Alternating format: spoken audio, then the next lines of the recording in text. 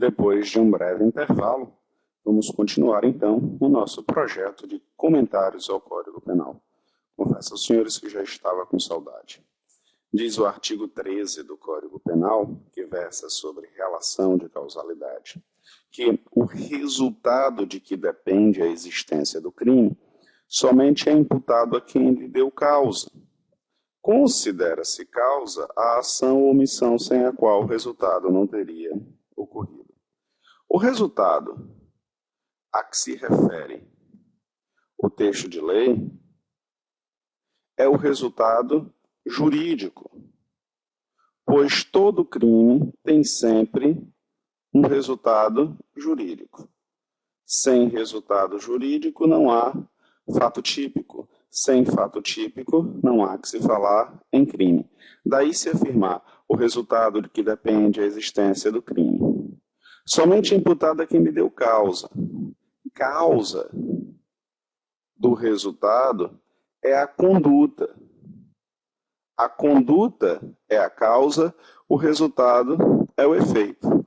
Tanto é assim que quando a gente vai adiante, encontra um desdobramento do conceito de conduta, quando se diz considera-se causa, e nessa altura do campeonato nós já sabemos que causa é sinônimo de conduta, considera-se causa a ação ou omissão sem a qual o resultado não teria ocorrido. Bora lá, a ação ou a omissão. Isso porque a conduta pode ser comissiva ou omissiva. A conduta pode ser comissiva ou omissiva, sem a qual o resultado não teria ocorrido. Da expressão sem a qual não,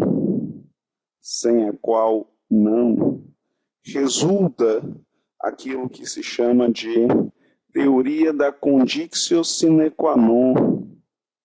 Teoria da conditio sine qua non, que é a teoria adotada em nosso sistema. É a teoria da conditio sine qua non, também chamada de teoria dos equivalentes causais. Segundo essa teoria, causa é toda ação ou omissão sem a qual não existe o resultado. Então, vem para cá detalhar um pouquinho esse raciocínio. Considera-se causa, à luz da teoria da conditio sine qua non, toda ação ou omissão que me leva à ideia de um resultado. Então, causa é toda ação ou omissão sem a qual não haveria resultado. Então, o sujeito que dispara contra crianças tem a conduta tida como causa do resultado morte das crianças. O sujeito que vende a arma para quem posteriormente usa a arma para disparar contra crianças também pode ter a sua conduta tida como causa. O fabricante da arma, que posteriormente foi vendida e mais tarde usada para matar crianças, também teve uma conduta tida como causa. O extrator do minério de ferro utilizado para produzir a arma, mais tarde vendida e posteriormente usada, também teve uma conduta tida como causa. O desdobramento causal nessa linha de raciocínio beira o infinito e, consequentemente, o absurdo. Precisa, pois, ser limitado, razão pela qual se fala em limites da teoria da conditio sine qua non. Existem basicamente dois limites. Um de ordem subjetiva, chamado de teoria da imputação subjetiva, e um outro limite chamado teoria da imputação objetiva. Teoria da imputação objetiva. A teoria da imputação subjetiva diz que eu só posso considerar como causa a conduta que é fruto de dolo ou de culpa. Então, Então, o extrator do minério de ferro não tinha dolo nem culpa de matar crianças, assim como o fabricante de armas não tinha dolo nem culpa de matar crianças. E por si só a gente já excluiria essas condutas como causa do resultado morte. A teoria da imputação objetiva diz que causa é apenas a conduta criadora de um risco proibido. Então, o sujeito que dá peixe para alguém comer, na expectativa infantil de que esse alguém vai morrer entalado com a espinha de peixe, mesmo que tenha dolo de matar, ânimos necandi, não pode ser responsabilizado por homicídio, vez que dar peixe para alguém comer não representa a criação de um risco proibido.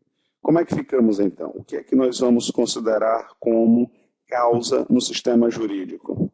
Causa é toda ação ou omissão, dolosa ou culposa, criadora de um risco proibido, sem a qual não haveria resultado. Voltemos então ao artigo 13 do Código Penal. Pulando para o parágrafo 2º, depois nós retornaremos ao parágrafo 1º.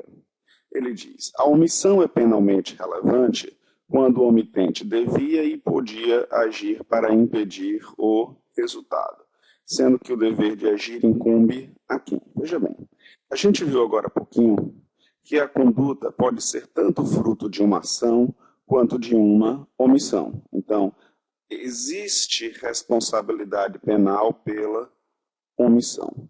Mas quando é que a omissão é penalmente relevante? Bom, aí o próprio Código esclarece que a omissão é penalmente relevante sempre que o omitente devia e podia ter agido para impedir o resultado. O poder agir, entretanto, é circunstancial. Quero dizer com isso que depende do caso concreto. Se o sujeito estava próximo, estava longe, se estava claro, se estava escuro, se estava sozinho, se estava em grupo, se estava armado, se estava desarmado, isso é circunstancial. Mas o dever tem que ser regulamentado. E quem regulamenta o dever de agir são as alíneas do parágrafo 2º do artigo 3º, dizendo: tem dever de agir quem? Por lei, tem obrigação de cuidado, proteção ou vigilância. De alguma outra forma, assumiu a responsabilidade de impedir o resultado, como as babás, ou com o seu comportamento anterior, criou o risco da ocorrência do resultado, como na brincadeira de empurrar uma amiga em uma piscina em um trote acadêmico. Em todas essas hipóteses, a omissão é penalmente relevante, ou seja, se o sujeito não atua, poderá responder pelo crime que deixou de evitar, se de outra forma não dispuser expressamente a lei. Repare, portanto, que nós formamos uma conjuntura estrutural a respeito de causa.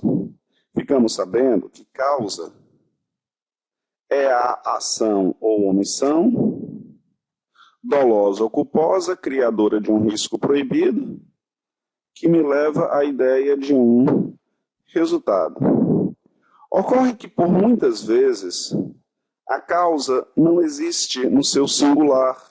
Assim como nem sempre o crime tem um único autor, às vezes são vários, e se fala em autor do crime. Às vezes um livro não é escrito por uma só pessoa, então se fala em escrita do livro. Assim como às vezes um resultado não tem uma única causa, e se fala, portanto, em cocausa. Cocausa, chamada por alguns autores de concausa, é uma causa paralela à conduta, considerada como causa principal.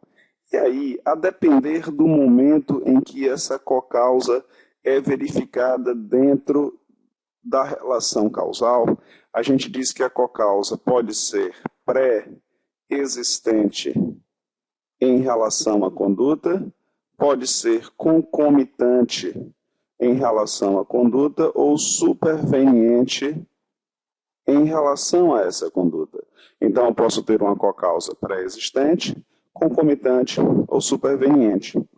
E essa cocausa pode ser capaz de sozinha provocar o resultado sem nenhuma ajuda da conduta, ou pode depender da conduta para as juntas provocarem o resultado. E é por isso que a gente classifica as cocausas como sendo relativamente independentes da conduta, ou então como cocausas absolutamente independentes da conduta. Dessa forma, eu tenho 6 espécies de cocausa. A cocausa pré-existente relativamente independente, 1. A cocausa pré-existente absolutamente independente, 2. A cocausa concomitante relativamente independente, 3. A cocausa concomitante absolutamente independente, 4. A cocausa superveniente relativamente independente, 5. E a cocausa superveniente absolutamente independente, 6. São, portanto, 6 espécies de cocausas.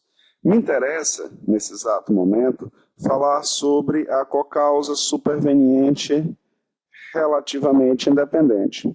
Alguns exemplos são clássicos e não podem ser ignorados.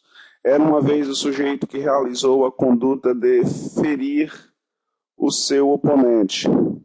O oponente ferido foi colocado em uma ambulância que, hipótese 1, no trajeto para o hospital, capota, cai em um rio e o sujeito morre afogado.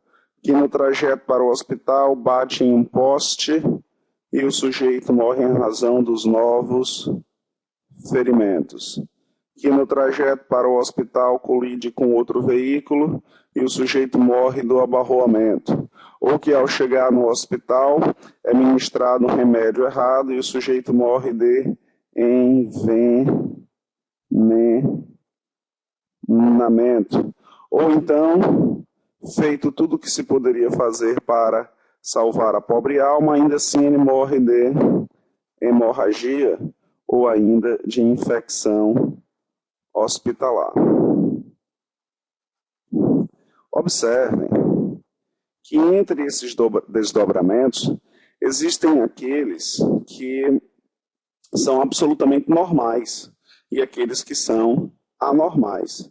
Então, penso eu, não sei se o senhor há de concordar comigo, que o sujeito é esfaqueado, mas morre afogado de novos ferimentos ou envenenado, isso é um desdobramento absolutamente anormal da conduta.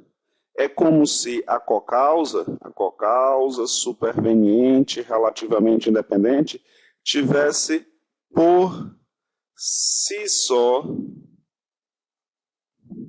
provocado o resultado.